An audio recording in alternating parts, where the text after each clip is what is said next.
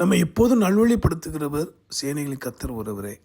வாழ்க்கையில் வரக்கூடிய எல்லா பிரச்சனைக்கும் தேவனே காரணம் என்று நாம் நினைக்கக்கூடாது. அன்பானவர்களே, எவ்வளோ தீங்கையும் அவர் நன்மையாக மாற்றுவார். இதோ பக்தன் சொல்லுகிற ஒரு வார்த்தை கேட்போமா? சங்கீதம் 119:67.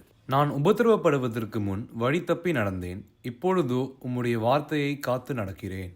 ஒரு மனுஷன் தன் வழியை தவறான பாதையில் போகிறோங்கிற உணர்வே அவனுக்கு எப்போது வந்து தான் தன் வாழ்க்கையில் வந்த கஷ்டங்கள் அல்லது உபத்திரங்கள்.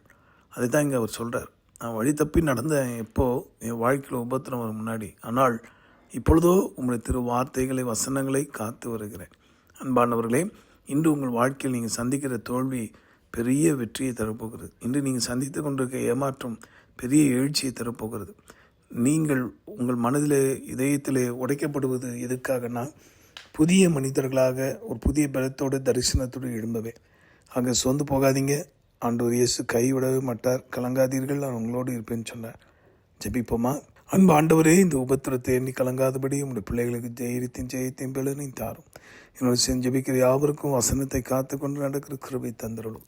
ஆசீர்வதின் ஜீவாதிபதி இயேசு மூலமாக வேண்டி மன்றாடுகிறோம் எங்கள் நல்ல பிதாவே, ஆமென்.